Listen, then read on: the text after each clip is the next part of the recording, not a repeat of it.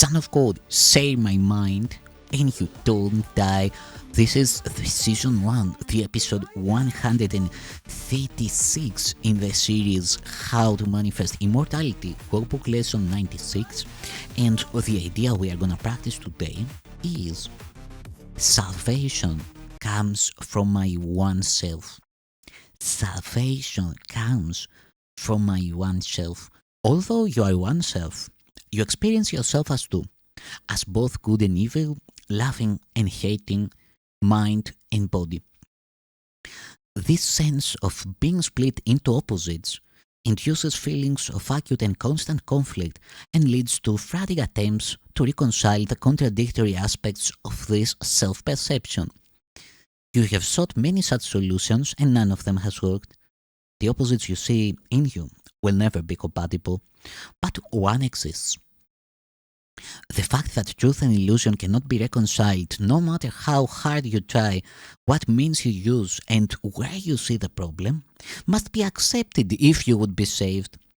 Until you have accepted this, you will attempt an endless list of goals you cannot reach, a senseless series of expenditures of time and effort, hopefulness and doubt, each one as futile as the one before and failing as the next one surely will. Problems that have no meaning cannot be resolved within the framework they are set. Two selves in conflict could not be resolved, and good and evil have no meeting place.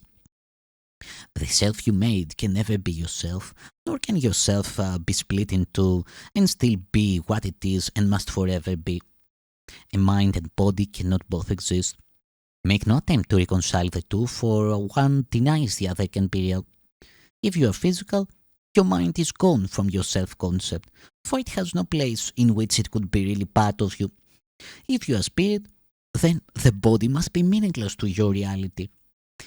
Spirit makes use of mind as means to find its self-expression, and the mind which serves the spirit is at peace and filled with joy. Its power comes from spirit, and it is fulfilling happily its function here. Yet mind can also see itself divorced from spirit and perceive itself within a body it confuses with itself.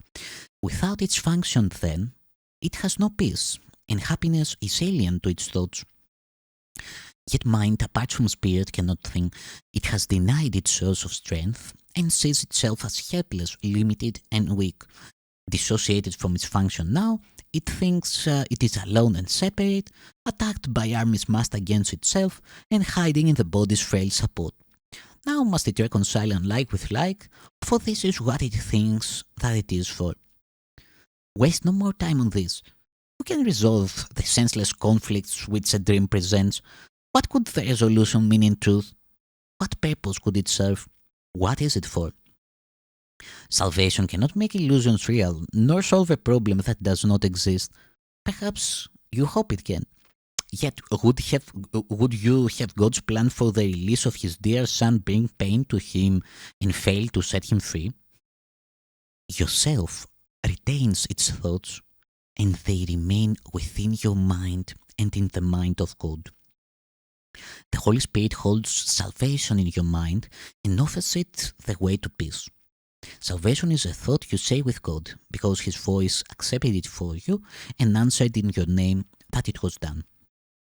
Thus is salvation kept among the thoughts yourself holds dear and cherishes for you. We will attempt today to find this thought, whose presence in your mind is guaranteed by him who speaks to you from your one self. Our hourly 5-minute practicing will be a search for him within your mind. Salvation comes from this one self through him who is the bridge between your mind and it. Wait patiently and let him speak to you about yourself and what your mind can do restored to it and fit to serve its will. Begin with saying this: salvation comes from my one self. Its thoughts are mine to use. Then seek its thoughts and claim them as your own. These are your own real thoughts you have denied, and let your mind go wandering in a world of dreams to find illusions in their place. Here are your thoughts, the only ones you have. Salvation is among them. Find it there. If you succeed, the thoughts that come to you will tell you that you are saved and that your mind has found the function that it sought to lose. Yourself will welcome it and give it peace. Restored in strength, it will again flow out from spirit to the spirit in all things created by the spirit as itself. Your mind will bless all things. Confusion done, you are restored, for you have found yourself. Yourself knows that you cannot fail today.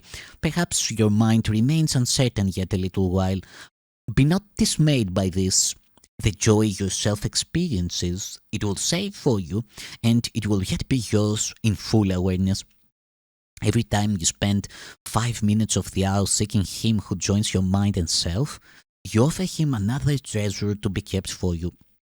Each time today you tell your frauding mind salvation comes from your one self, you lay another treasure in your growing store. You lay another treasure in your growing store, and all of it is given everyone who asks for it and will accept the gift. Think then how much is given unto you to give this day that it be given you. Thank you, Son of God.